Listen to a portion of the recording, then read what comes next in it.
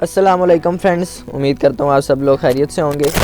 तो इससे पिछली वीडियो में हमने सीखा था कि एस्केप सीक्वेंस का कैसे इस्तेमाल होता है और साथ ही उसके सामने हमने मैनिपुलेटर्स का इस्तेमाल देखा था। मैनिपुलेटर्स हमने कहा था कि जो कॉमनली यूज़ होते हैं वो सेट डब्ल्यू और एंड एल हैं, तो उसके लिए हमने अलग एक हेडर फाइल भी इंक्लूड कराई थी। तो आज हम इससे कोई मज़ीद बेहतर कुछ और सीखेंगे। तो आज हमारा जो टॉपिक है वो हम पढ़ने वाले हैं स्टेटमेंट्स, यानी कि स्टेटमेंट्स आखिर C++ में क्या रोल प्ले करते हैं और हम किस तरह इनका यूज़ करते हैं और आखिर ये किस मकसद के लिए परफॉर्म होते हैं। तो सबसे पहले हम अपना कोड क्लियर कर लेते हैं, साफ़ कर लेते हैं। तो इसमें बेसिक जो मतलब कोड की बॉडी है उसमें तकरीबन यही चीज़ें होती हैं। तो IO मैनिप की भी हमें कोई ज़रूरत नहीं है क्योंकि हमने ये मैनिपुलेटर्स को ऐड कराने के लिए लिखी थी। तो आज हमने बस इसको हमने कहा था कि ऊपर हेडर फाइल्स हैं #include iostream.h, इसमें फंक्शंस पहले के बने हुए पड़े होते हैं। तो उसके अलावा आगे नीचे वॉइड मेन, मैंने कहा था कि जो मेन की बॉडी है इसके बाहर यहाँ पर जो भी कोई चीज़ लिखी होगी वो एग्जीक्यूट नहीं होगी, चलेगा वही जो हमेशा मेन के अंदर लिखा होगा। तो यहाँ से मेन की बॉडी स्टार्ट हो रही है और यहाँ पर मेन की बॉडी ख़त्म हो रही है। इसमें हमने क्लियर स्क्रीन का लगाया कि अगर हम एक दफ़ा अपनी आउटपुट को रन करेंगे तो जब हम फिर उसको दोबारा रन करेंगे तो पिछली आउटपुट भी और अगली आउटपुट दोनों इकट्ठी लिखी हुई आ जाएंगी। तो हमें उस पिछली आउटपुट को क्लियर कराने के लिए इस क्लियर स्क्रीन का हमने इस्तेमाल किया। ये एक फंक्शन है और ये स्क्रीन को हमेशा क्लियर कर देगा, इससे आउटपुट हमारी साफ़ सुथरी रहेगी। तो उसके बाद हमने कहा था गेट सी एच हमेशा करैक्टर को गेट करने के लिए यूज़ आता है। तो इसका हमने इधर इस्तेमाल इसलिए किए अपनी आउटपुट को ठहराने के लिए। हमने कहा था कि हमारा कंपाइलर इतना तेज़ रन कर रहा होता है कि वो हमारी आउटपुट को ठहरने नहीं देता। तो उस आउटपुट को ठहराने के लिए हम गेट सी एच का इस्तेमाल करते हैं। तो चलिए आज हम एक स्टेटमेंट लिखते हैं। स्टेटमेंट हम किस तरह लिखें, हम कुछ आज एक फ़ंक्शन लिखते हैं वही जैसे मैंने आपको पीछे कराया था उसका सम और प्रोडक्ट का। तो आज हम उसी मतलब काम को लिखेंगे, लेकिन किस तरीके से स्टेटमेंट को यूज़ करते हुए। तो सबसे पहले हम दो वेरिएबल डिक्लेयर करा लेते हैं, इंट x, और इसको हम सेपरेट करते हैं कॉमा से और साथ हम y लिख लेते हैं। इस कॉमा से सेपरेट करके इसको साथ हम वाइड दो हमने वेरिएबल डिक्लेयर कराए। तो इसमें हम फिर एक वैल्यू यूज़र से लेते हैं।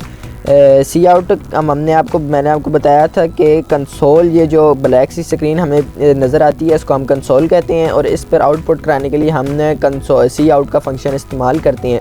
तो इसको लिखने का तरीका कुछ इस तरह का है जो मैं आपको पिछली सारी वीडियोस में एक्सप्लेन कर चुका हूँ। तो इसमें हम यूज़र को जो हमने आउटपुट डिस्प्ले करेंगे उसमें हम उसको डिस्प्ले करेंगे इंटर एनी नंबर, ये हमने उसको डिस्प्ले किया और साथ इसके आगे हमने स्टेटमेंट टर्मिनेटर लगा के अपनी स्टेटमेंट को क्लोज़ कर दिया। उसके बाद हम cn का फंक्शन इस्तेमाल करते हैं। cn कंसोल से जब इनपुट लेनी हो, किसी वेरिएबल में सेव करानी हो, तो उसके लिए हम cn का इस्तेमाल करते हैं।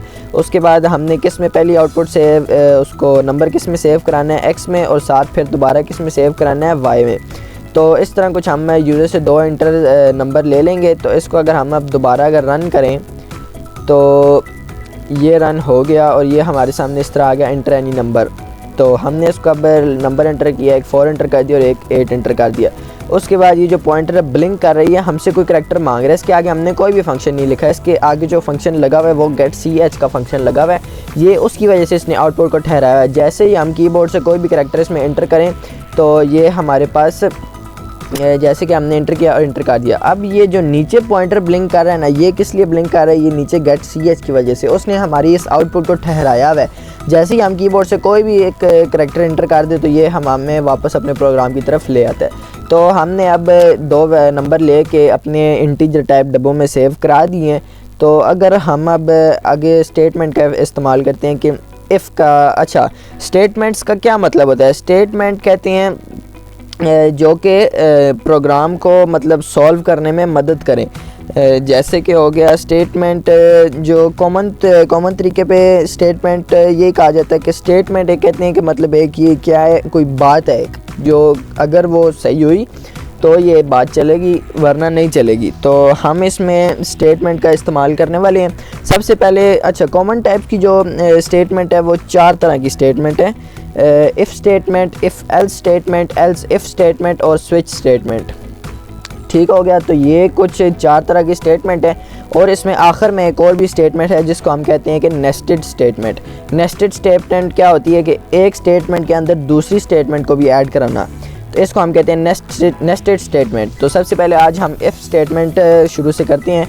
तो इफ़ हमने लिख दिया, इफ़ के साथ आगे हम ब्रैकेट डालकर हम ये उसमें लिखेंगे कि आखिर हमारी कंडीशन क्या है, और उसके बाद यहाँ से उसकी बॉडी स्टार्ट होगी और यहाँ पर उसकी बॉडी हम इसको एंड कर देते हैं। तो इसके अंदर हम लिखते हैं अब इफ़ के, अच्छा यूज़र से हमने 2 नंबर लिए हैं, तो नंबर अगर हम लिख देते हैं कि अगर नंबर जो नहीं, अच्छा नंबर हमारा किस में सेव हुआ हुआ है, एक्स के अंदर, तो हम क्या लिखेंगे फिर एक्स के अंदर वाला नंबर अगर 5 से बड़ा है तो अगर एक्स वाला नंबर 10 से बड़ा है तो हम क्या एग्जीक्यूट करेंगे, मतलब सी आउट कर देते हैं, कुछ भी सी आउट हम कर लेते हैं, सम कर लेते हैं। सम इज़ नहीं, सम सी आउट नहीं करते हम, इसमें सम ही फाइंड करते हैं। सम इज़ इक्वल्स टू आ जाएगा, सम 2 नंबर्स का हमेशा लिया जाता है, तो एक्स प्लस वाई कर लेते हैं, एक्स प्लस वाई कर लेते हैं। तो उसके बाद हम स्टेटमेंट को क्लोज़ कर देते हैं और उसके बाद हम सी आउट में कर देते हैं सम। लेकिन इधर अभी भी एक प्रॉब्लम है, क्योंकि हमने सम जो 2 नंबर्स को जमा करेगा वो एक किसी डब्बे में सेव भी तो कराएगा ना, तो उस एक अलग वेरिएबल को भी हमें डिक्लेयर करना पड़ेगा।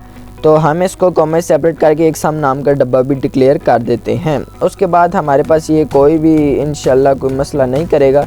तो अगर हम इसको रन करें तो देखते हैं कि ये क्या कहता है। तो ये आ गया कि हमने इसमें इंटर कर दिया, अगर 7 इंटर कर दें और दूसरा 2 इंटर कर दें तो ये देखा इसने वो एग्जीक्यूट नहीं किया, क्योंकि मैंने जो 7 इंटर किया है वो 10 से छोटा है। मैंने अंदर कंडीशन क्या लगाई है कि अगर x का नंबर, इफ़ कहते हैं अगर को, अगर x का नंबर 10 से बड़ा है तो ये स्टेटमेंट एग्जीक्यूट होगी, वरना वो डायरेक्ट वो गेट ch जो नीचे लगा हुआ है वहाँ पर ये स्टॉप ही रहेगा। तो ये जो गेट ch लगा हुआ है ये इधर स्टॉप ही रहेगा। तो अगर अब हम इसको दोबारा रन करके अगर कोई बड़ा नंबर इंटर करते हैं तो फिर क्या आता है, अगर मैं इसकी जगह 15 इंटर कर दूं और साथ में अगर कोई भी नंबर इंटर कर दूं तो ये देखें इफ़ की स्टेटमेंट एग्जीक्यूट हो गई है। उसने क्या किया, नीचे इन दोनों का सम करके प्रोवाइड कर दिया, लेकिन ये कोई अच्छे तरीके से नहीं आया। तो हम यहाँ पर सम के साथ कुछ और भी करते हैं। हम इसमें और लगा के डबल कोट्स में हम इधर लिख देते हैं सम इज़ इक्वल टू, तो ये आ गया। अगर हम इसको अब दोबारा रन करें तो हमारी आउटपुट कुछ बेहतर आएगी, क्योंकि हमें अपनी आउटपुट को बेहतर करना होता है। उसके लिए हमें क्या चाहिए कि हमारी आउटपुट बेहतर है। अब मैं ज़्यादा नंबर बड़ा इंटर करता हूँ, 17 इंटर कर दी, क्योंकि ये 10 से हमने बड़ा नंबर इंटर करना है, क्योंकि हमने पीछे कंडीशन ही ऐसी लगाई है। तो ये हम अगर इंटर कर दें तो ये हमारे पास आ गया सम इज़ इक्वल्स टू 75। ये हमारे पास सम आ गया इसका, यानी कि ये वाली स्टेटमेंट हमारी बिल्कुल अच्छे तरीके से एग्जीक्यूट हो रही है। मतलब कि इफ़ स्टेटमेंट का यूज़ बिल्कुल अच्छे तरीके से, अगर हमने कोई कंडीशन लगानी है कि अगर जो यूज़र ने इंटर नंबर किया है, जो एक्स का नंबर पड़ा है वो अगर 10 से बड़ा है तो ये नंबर चले, वरना ये वाली कंडीशन एग्जीक्यूट नहीं होगी, तो कुछ भी नहीं चलेगा प्रोग्राम में। सिर्फ 2 number user console 2 number user से मांगेगा और बस उनको एक्स वाई सेव करके और आखिर में गेट ch से उसको मतलब स्टॉप करके रखेगा। तो अगर हम इस कंडीशन को हम चेंज करके अगर मैं इसमें लेस देन का निशान लगा दूं तो देखते हैं कि अब क्या होता है। ये अगर हमने अब दोबारा रन की तो इसमें कोई ऐसे नंबर, मैं अगर इसमें अब बड़ा नंबर 10 से इंटर कर दूँ तो ये हमारे पास देखा इसने इफ़ स्टेटमेंट को एग्जीक्यूट ही नहीं किया, क्योंकि मैंने क्या कहा था कि इसका अब हमने कंडीशन ऐसी लगा दी थी कि x का नंबर 10 से छोटा होना चाहिए।